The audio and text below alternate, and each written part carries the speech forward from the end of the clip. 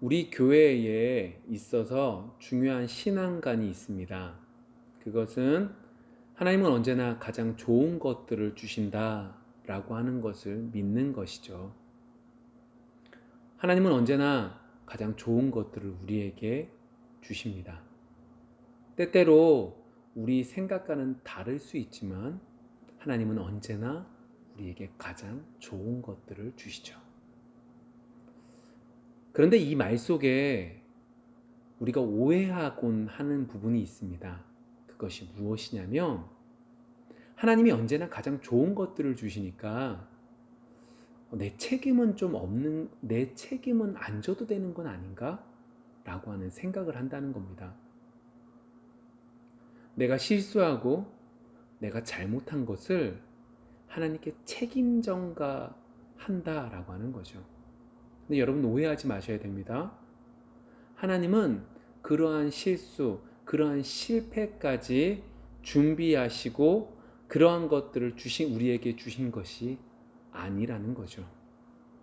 하나님이 우리에게 가장 좋은 것들을 주신다라고 하는 말의 뜻은 우리가 실패하고 우리가 실수하지만 그것 속에서 하나님은 선하신 방법으로 역사하셔서 그 잘못된 것들을 바꾸어 우리에게 있어서 가장 필요하고 중요한 하나님을 알아감에 있어 여러 가지 도움이 되는 부분들로 바꿔주셔서 결국 우리가 하나님께서는 언제나 가장 좋은 것을 우리에게 주십니다 라고 하는 고백을 하게 하신다라고 하는 겁니다. 그런 면에서 잘 생각해 보시면 하나님은 언제나 우리에게 가장 좋은 것들을 주신다라고 하는 것은 우리가 힘들고 어려울 때 우리의 마음속에 새겨지는 신앙관 같습니다.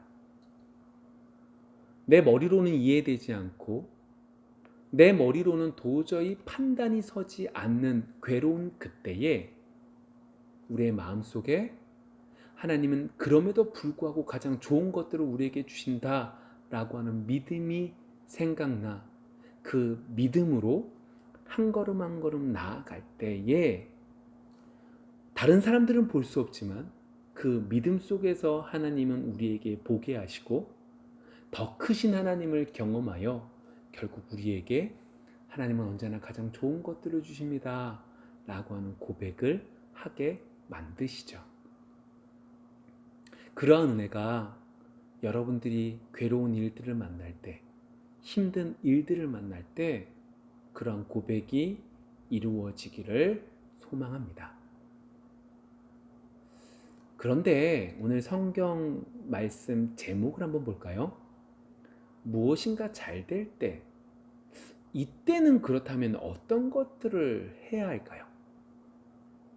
조금 전에 분명히 하나님은 언제나 우리가 가장 좋은 것들을 주신다라고 하는 것은 우리에게 있어서 힘들고 어려울 때 우리 마음속에 새겨지는 신앙이라면 그와 반대로 무엇인가 잘 되어 갈 때 우리는 어떠한 생각을 가지고 어떠한 것들을 가지고 나가야 될까라고 하는 물음을 던지는 겁니다. 모든 것들이 잘 됩니다. 이게 진짜 축복인지 아니면 하나님이 나에게 시험하고 지금 테스트를 하고 계시는 것인지 이것들을 구별을 어떻게 하시겠습니까? 우리는 몇 달 전에 이 성경 본문 창세기 11장 1절부터 9절의 말씀을 가지고 축복을 저주로 라고 하는 제목으로 말씀을 나눴습니다. 그 내용이 무엇이었냐면 이 바벨 탑을 쌓았던 이 사람들은 축복을 받았습니다. 기술의 발전과 하나님이 주신 언어로 그 모든 것들을 발전시키는 축복을 받았죠. 그런데 그들은 바벨탑, 다시 말하면 자기 안에 꽉 잡혀서 자기 생각 안에 딱 잡혀서 자기 안에 딱 잡혀서 그 귀한 축복을 축복으로 받아 누린 것이 아니라 축복을 도리어 저주로 만들어버렸다라고 하는 말씀의 내용을 다루었습니다. 오늘 우리는 그러한 부분이 아닌, 그렇다면 그런 축복을 받을 때에 무엇을 먼저 생각해야 될지, 어떤 것을 하고 나가는 것이 좋을지 그러한 부분을 한번 살펴보기를 원합니다. 오늘 본문엔 하나님을 점점 떠나서 동방까지 나아갔던 사람들이 나옵니다. 그들 자신이 원하는 곳, 그들 자신이 딱 봐서 자신의 뜻을 이룰 수 있는 곳까지 가게 되었는데 그곳이 어디였냐? 시날 평지였죠. 그리고 그들은 그곳에서 그들이 원했던, 그들이 소망했던 것을 만들기 시작합니다. 그것이 무엇이었냐? 성읍과 탑이었죠. 이전에 성읍을 쌓을 때는 괜찮은 돌멩이를 모아가지고 그 돌멩이에 진흙을 발라서 성을 쌓고 여러 가지를 했었다면 지금 이 시대에는 기술이 발전되어 돌멩이가 아닌 벽돌을 구워서 벽돌을 쌓기 시작을 합니다. 알맞은 돌멩이를 찾는 것이 힘들었는데 이제는 그래도 웬만큼 규격화가 되어진 벽돌을 가지고 만들기 시작합니다. 이전엔 진흙을 이겨서 가운데 넣고 쌓아서 건물을 만들었는데 이제는 역청을 가지고 그 가운데 벽돌 중간중간에 쌓다 보니까 훨씬 더 튼튼해 더 높은 건물을 지을 수 있게 시작했습니다. 기술이 발전되었다라고 하는 거죠. 근데 이 기술만 발전된 정도가 아닙니다. 오늘 성경 4절에 보시면 기술과 더해서 그들은 분명한 목표의식을 가지고 있음을 보게 됩니다. 4절 말씀, 또 말하되 자 성읍과 탑을 건설하여 그 탑 꼭대기를 하늘에 닿게 하여 우리 이름을 내고 온 지면에 흩어짐을 면하자 하였더니, 그들에게는 분명한 목표의식이 있습니다. 꼭대기를 하늘에 닿게 하자. 하늘에 닿게 해서 하나님이 우리를 심판하지 못하게 만들자. 우리의 이름을 내자. 우리가 흩어짐을 면하자.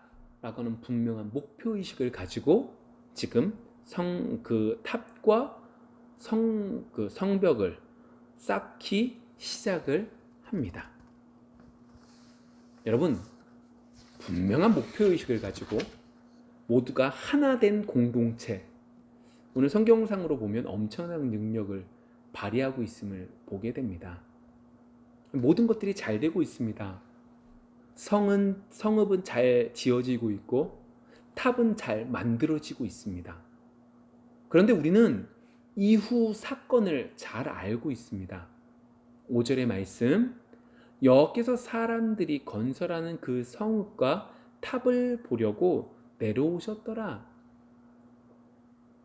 참 재밌는 말씀인데, 인간들의 입장에서는 지금 창세기 11장 인간들의 입장에서는 엄청난 기술의 발전입니다. 단합하여서 성읍과 그리고 탑을 열심히 쌓고 있습니다. 엄청나게 대단한 것입니다. 그런데 하나님의 입장에서는 그 성벽과 탑이 하찮아서 그 성벽과 탑을 보려면 내려오셔서 보셔야 될 만큼 너무나 하찮다라고 말씀하고 있는 거죠. 그리고 6절, 7절의 말씀을 통하여 하나님께서는 그 사람의 모습을 본 것이 아니라 그들의 중심을 보아 그들의 마음속의 완악함을 아셔서 그 성읍을 이제 더 이상 짓지 못하게 언어를 혼잡하게 하는 장면이 나타나기 시작을 합니다. 그랬더니 사람들이 언어가 혼잡해지니까 같은 언어를 쓰는 사람들이 모여서 뿔뿔이 흩어지기 시작하고 더 이상 성읍이 만들어지지 않게 되는 것을 오늘 성경 본문 속에서 보게 되죠. 분명히 모든 것들이 잘 진행되고 있습니다. 하나님께서 보시려고 내려오시기 전까지만 해도 모든 것들이 일사천리로 쫙 진행되고 있습니다. 기술의 엄청난 발전, 분명한 목표의식, 단합된 하나의 공동체, 이 엄청난 것으로 모든 것들이 한순간에 다 이루어질 줄 알았는데 한순간에 그 모든 것들이 멈추게 되고, 이전에는 언어가 하나라서 그래도 하나로 뭉쳐서 살 수 있었던 것이 더 이상 언어가 하나가 아니어서 흩어져서 살게 되는 이야기가 오늘 성경 속에 이루어지게 되고 이렇게 되었다라고 하는 거죠. 왜 이들이 이렇게 된 거죠? 하나님께서 진노하셨기 때문입니까? 그렇다면 우린 질문을 던져야 됩니다.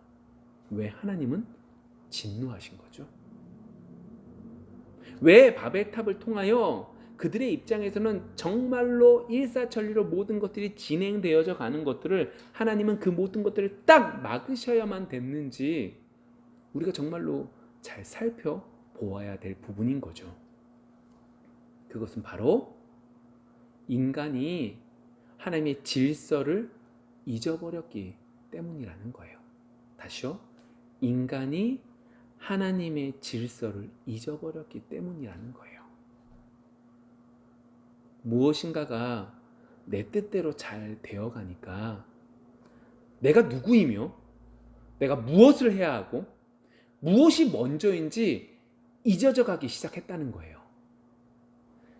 우리는 하나님이 만드신 피조물이고 하나님을 찬양해야 하고 하나님의 말씀 앞에 고개를 숙여야 되는 존재인 것을 내가 가지고 있는 무엇인가가 잘 되어감에 따라 그 진리를 버려버리기 시작했다는 거예요. 이미요 하나님께서는요 그들의 조상이었던 노아에게 이렇게 말씀하셨어요. 더 이상 물로 심판하지 않겠다. 물로 심판해서 모든 것들이 없어졌으니까 이제 더 이상 내가 물로는 심판하지 않을게. 하나님께서는 그렇게 말씀하셨습니다. 그런데요 그들에게 있어서 중요한 것은 하나님의 말씀이 아니었던 거죠. 물이 홍수가 나서 우리가 흩어질까봐 우리가 다 죽을까봐 탑을 쌓고 있는 모습은요 하나님의 말씀이 중요한 것이 아니라 자신의 생각이 하나님의 말씀보다 앞서서 두려움이 부릴 듯 일어나 두려움 속에서 탑을 쌓기 시작했고 자신의 욕심으로 하나 된 그들은 그렇게 탑을 쌓는 과정 속에 더 이상 하나님의 도움은 필요 없게 되고 하나님이 필요 없으니까 하나님이 말씀하신 그 질서는 의미가 없게 된 거죠. 그리고 더 나아가 자신이 신이 되어져 가기 시작했다라고 하는 겁니다. 그런데 그 결과가 오늘 성경 속에 혼자이라고 하는 이름의 뜻을 가진 바벨밖에 남지 않게 된 겁니다. 여러분, 아담과 하와가 왜 쫓겨났어요? 바로 하나님의 질서, 동상 중앙의 나무의 열매는 먹지 마라고 하신 하나님의 명령, 질서를 지키지 않았기 때문입니다. 동상 중앙의 나무 열매만 먹지 않으면 모든 것들을 누리며 행복하게 살 수 있었던 아담과 하와는 은혜를 보기보다 질서를 어기며 내가 하나님처럼 되고 싶어 라고 하는 생각 속에서 결국 그의 영혼은 죽고 에덴 동산에서 쫓겨나게 되는 것을 보게 되죠. 여러분, 이 시간 우리가 하나님의 질서를 잘 지키고 있는지 뒤돌아보는 시간이 되기를 소망합니다. 우리가 누구이며 무엇을 해야 하고 무엇이 우리에게 절대적인지 제대로 정의를 내리기를 소망합니다. 우리에게 무엇인가가 결단되어진다고 해서 무엇인가가 잘 되어진다고 해서 하나님의 질서를 잊어버릴 때 우린 바벨, 혼잡 앞에 설 수밖에 없는 것이고 하나님의 진노 앞에 설 수밖에 없음을 기억하는 여러분들이 되기를 소망합니다. 그렇다면 무엇인가가 잘 되어질 때 항상 무너져 내린 사람들밖에 없느냐? 아니라는 거예요. 우리 사무엘하 7장 1절부터 3절의 말씀을 한번 볼까요? 사무엘하 7장 1절부터 3절의 말씀입니다.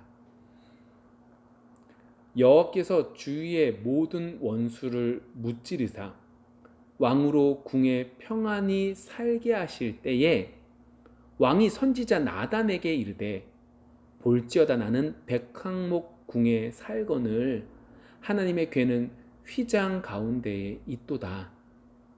나단이 왕께 아뢰되 여호와께서 왕과 함께 계시니 마음에 있는 모든 것을 행하소서 하니라. 그렇다면 잘한 사람은 누구냐? 바로 다윗이죠. 1절에 이렇게 말씀하고 있습니다. 다윗은 모든 원수를 하나님의 도우심으로 무찌르게 된 거예요. 다시 말하면 평안함을 누리기 시작을 한 거죠. 근데 2절 속에 보시면 그가 선지자를 불러서 이렇게 말하는 거예요. 내가 이렇게 좋은 궁에서 내가 이렇게 잘 살고 있는데 하나님의 궤는, 하나님은 저렇게 휘장 천막에 살고 계신다. 내가 진짜 너무너무 마음이 아프니까 내가 성전을 좀 지었으면 좋겠어요 라고 하는 이야기를 하죠. 그럼 물론 그 크신 하나님이 그 어느 성전 안에 들어가 계실 수는, 그 성전 안에 국한되어 지실 수는 없어요. 그러나 분명히 다윗은요, 하나님을 사모함으로 내가 누군지, 내가 무엇을 해야 되는지, 나의 주인 하나님께서 무엇을 기뻐하시는지 분명히 알고 있었다라고 하는 거죠. 내가 어떻게 이곳까지 왔는지, 내가 잘나서 된 것이 아님을 그는 분명히 알고 있었어요. 그리고 또 더 대단한 게 뭐냐? 이러한 일들이 있은 이후에 하나님께서 다윗은 피를 많이 흘렸으니까 너 말고 네 자녀가 성전을 짓게 될 거야 라고 말씀하셨을 때 다윗은 더 이상 말하지 않아요. 예. 그리고 그렇게 끝내지도 않아요. 내 자녀가 분명히 성전을 지을 것인데 이 성전을 지을 때 필요한 모든 재료들을 준비하고, 그리고 그 모든 재료들을 준비함으로 하나님의 성전을 짓는 일에 동참하고 있는 것들을 바라보게 되죠. 다윗은요, 철저히 자신이 누군지, 하나님 말씀이 어느 정도의 힘을 가지고 있는지 분명히 알아서요, 짓지 말라고 말씀하실 때에 순종하고 나간 거예요. 하나님의 질서에 순응하고 있는 거죠. 내가 이만큼 잘 나가고 있으니까요, 하나님 제가 이 정도는 지을 수 있어요 라고 말해서 다시 한 번 더 아랜 게 아니라 하나님의 말씀하심에 예 라고 대답하며 순종하고 나아가게 되죠. 그 결과가 사무엘하 7장 8절부터 나타나요. 하나님께서 사무엘 그 가정의 그 후손에게 엄청난 축복을 내려주시죠. 여러분, 축복받기 위해서 성전 지은 거 아니에요. 하나님을 사모하고 하나님께 대한 순수한 신앙으로 그는 축복을 받은 거죠. 여러분들에게 있어서, 우리에게 있어서 이 다윗과 같은 이러한 순수한 신앙이 회복되어지기를 소망합니다. 아니, 회복되는 정도가 아니라 이것을 토대로 더욱더 성숙되어져가는 여러분들이 되어지기를 소망합니다. 우리 손에 무엇인가 지어지니까 우리가 바뀌는 것이 아니라 처음 예수님을 믿었을 때 예수님으로 인하여 기뻐하고 예수님만이 세상의 모두인 것처럼, 전부인 것처럼 되어졌을 때 그때를 기억해서 더욱더 성숙되어지는 여러분들이 되어져 가기를 소망합니다. 맞아요. 다윗은 그 순수성이 유지된 거예요. 신앙의 순수성이 다윗에게는 있었어요. 다윗이 원래 다윗 자체가 순수했기 때문일까요? 아니에요. 그렇게 생각하시면 안 돼요. 그렇게 말하면 우리 가운데 원래부터 순수한 사람만 하나님이 기뻐하시는 자가 될 뿐이죠. 그게 아니에요. 다윗을 잘 보세요. 다윗은 여러 고초들을 당했어요. 죽음 앞에 놓일 때가 여러 번 있었어요. 그러다가 지금 겨우 빛을 본 거예요. 그러다가 겨우 사람들 앞에 떵떵거릴 수 있는 거예요. 지금까지 사람들 앞에 무시당하면서 살았던 그가 이제 겨우 무시당하지 않고 사람들 앞에 당당히 나가 설 수 있는 그때인 거예요. 지금까지 엄청난 많은 상처를 받았던 사람이에요. 그런데 그럼에도 불구하고 그의 마음은 신앙의 순수함을 가지고 있었다라고 하는 거죠.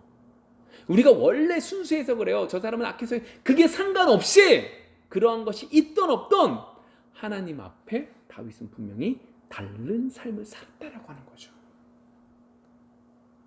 그렇다면 어떻게 이렇게 될 수 있었을까요? 원래 순수한 것도 아니에요. 상처가 없었던 것도 아니에요. 그는요, 그 여러 가지 어려운 일들 속에서, 괴로운 일들 속에서 뭘 찾은 거예요? 오늘 내용과 같은 것을 다루면 하나님의 질서를 발견한 거예요.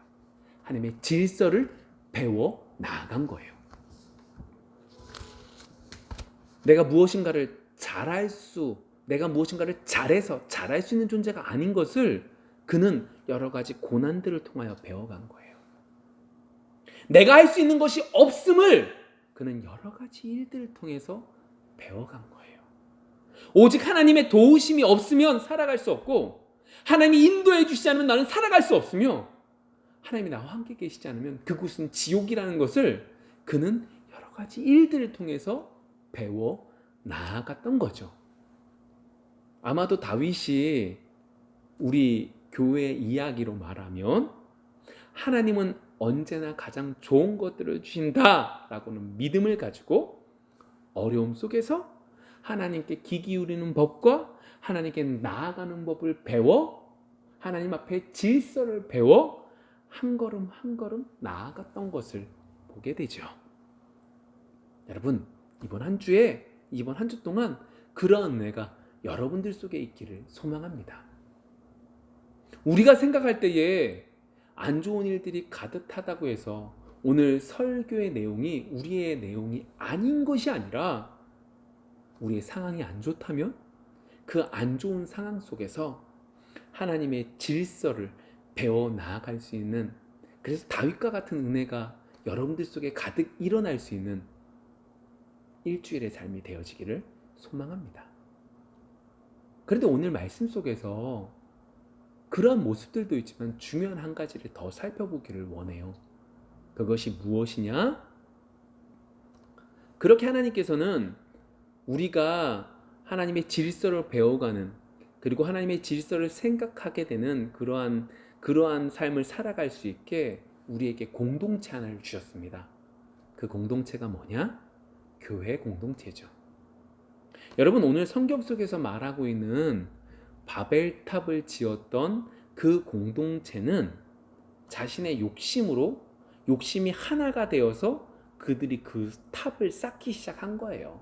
그래, 우리가 여러 가지 비가 불어서 비가 많이 와서 홍수가 나서 우리가 죽음을 방지해야 되겠다라고 하는 생각 속에서 그 탑을 쌓기 시작한 거죠. 자신의 욕심이 하나 되었기 때문에 탑을 쌓은 거예요. 근데 그 욕심이 언어가 달라지면서 그 욕심이 하나가 되지 못하니까 서로 뿔뿔이 흩어지게 되는 것들을 보게 되는 거예요. 근데 교회 공동체는 그것과 달라요.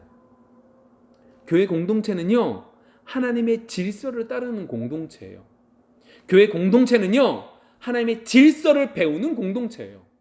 교회 안에 어려운 일들이 있어요. 괴로운 일들이 있어요. 그 일들을 통하여 왜 우리 공동체가 이 모양 이 꼴이지라고 말하는 것이 아니라, 그 여러 가지 사건들을 통하여 하나님의 질서를 배워가는 거죠. 내가 별 볼 일 없는 존재인 것을 배워가는 거죠. 우리 교회가 겉모습은 번지르하고, 물론 겉모습도 번지르하지 못하지만 겉모습만 나타나 있는 교회가 아무 의미가 없음을 배워가는 거죠. 겉보다 내 중심 속에서 얼마나 하나님 앞에 모든 것들을 내어놓고 있느냐를 배워가는 것이 교회 공동체인 거예요.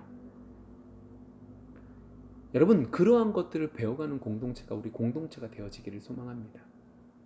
근데 그러한 것들 가운데 교회 가운데 중요한 한 가지가 있죠. 그게 뭐냐? 교제, 라고 하는 거예요. 여러분, 바벨탑 공동체도 교제가 있었어요. 자신의 욕심을 가지고 하나가 되어서 탑을 쌓은 거죠.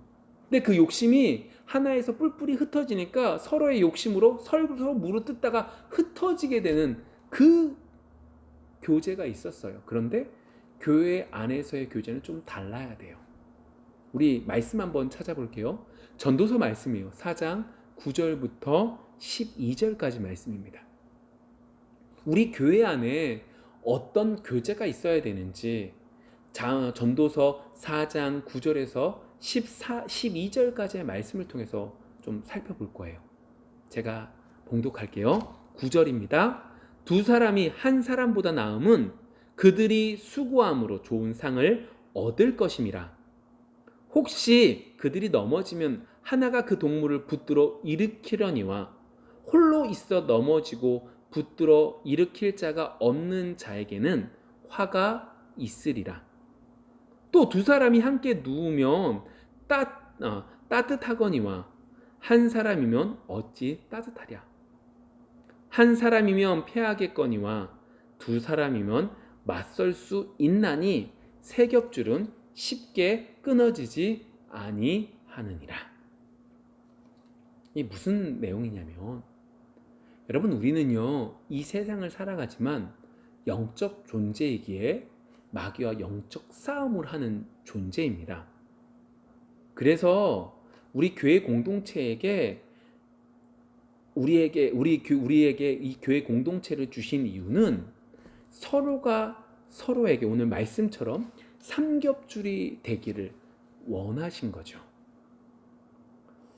주님만을 바라보면, 온전히 바라보면 혼자서도 이길 수 있어요.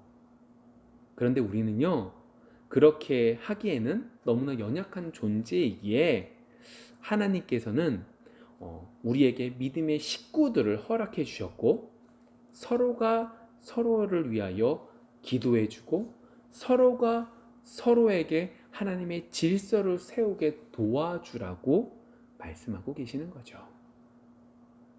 한 명은 쉽게 무너지지만 서로가 얼기설기 뭉쳐서 기도해 주고 세워주면 우리는 담대함으로 나아갈 수 있을 줄 믿습니다. 요즘 전염병 때문에 모이지 못한 지가 벌써 한 달이 되어져 가고 있습니다. 여러분, 한 달 동안 어떤 삶을 사셨습니까? 모르긴 몰라도 우린 신앙적인 부분에 있어서 많이 나태해져 있을 것입니다. 이때를 위해 하나님께서 우리에게 교회라는 공동체로 서로가 서로를 세울 수 있는 특권을 허락해 주신 겁니다. 전염병 때문에 못 모이네. 슬프네. 이게 아니라 하나님의 질서를 배워가는 귀한 시간. 그래서 만나지 못하지만 교회 공동체 안에 삼겹줄을 이루듯이 서로가 서로를 위하여 기도할 수 있는 여러분들이 되어지기를 소망합니다. 영적으로 둔감해지지 않도록. 분명 하나님께서 우리에게 가장 좋은 것을 허락해 주실 텐데 우리가 영적으로 둔감해서 하나님의 은혜를 찾지 못하고 하나님의 기쁨을 누리지 못하는 우를 범하지 않도록 도와달라고 여러분들 기도하기를 소망합니다. 그래서 정말로 하나님의 역사하심 속에 남들은 더욱더 무너져 내리고 남들은 점점 안 좋다 할지라도 우리는 더욱더 하나님만을 바라볼 수 있는 여러분들이 되어져 가기를 소망합니다. 오늘 제목은 무엇인가가 잘 될 때입니다. 우리에게 무엇인가가 잘 되어질 때 정말로 하나님의 질서를 제대로 묵상하며 제대로 분별하여 하나님의 자녀의 삶을 살아가기를 소망합니다. 그런데 여러분들의 삶 속에서 혹시 잘 되어지는 것들이 전혀 없으십니까? 그럼 오늘 말씀과 전혀 상관이 없나요? 아니었어요. 다윗은요, 그의 신앙의 순수함을 유지할 수 있었던 이유가 무엇인지 잘 묵상하셔야 돼요. 그는요, 그의 신앙의 순수함을 지킬 수 있었던 이유는요, 잘 되었을 때 준비된 것이 아니라 잘 되어짐이 없었을 때, 고난 당했을 때 하나님의 질서를 잘 배웠기 때문에 잘 되어졌을 때 하나님의 질서를 제대로 깨달아 하나님이 잘 분별하여 하나님이 기뻐하시는 일들을 행했다라고 하는 것을 기억하십시오. 이번 한 주 여러분들은 어떠한 일들을 만날지 잘 모릅니다. 우리는 모릅니다. 좋은 일들이 가득할지 아니면 슬픈 일들이 가득할지 모릅니다. 근데 분명한 것은 하나님은 언제나 가장 좋은 것들을 주신다라고 하는 거죠. 무엇인가가 잘 될 때 하나님의 질서 앞에서 조심히 앞으로 나아가고, 무엇인가가 안 될 때 하나님의 질서를 배우고 교회 안에서 서로 하나님의 질서를 세워주는 그런 한 주가 되어지는 여러분들이 되어지기를 소망합니다.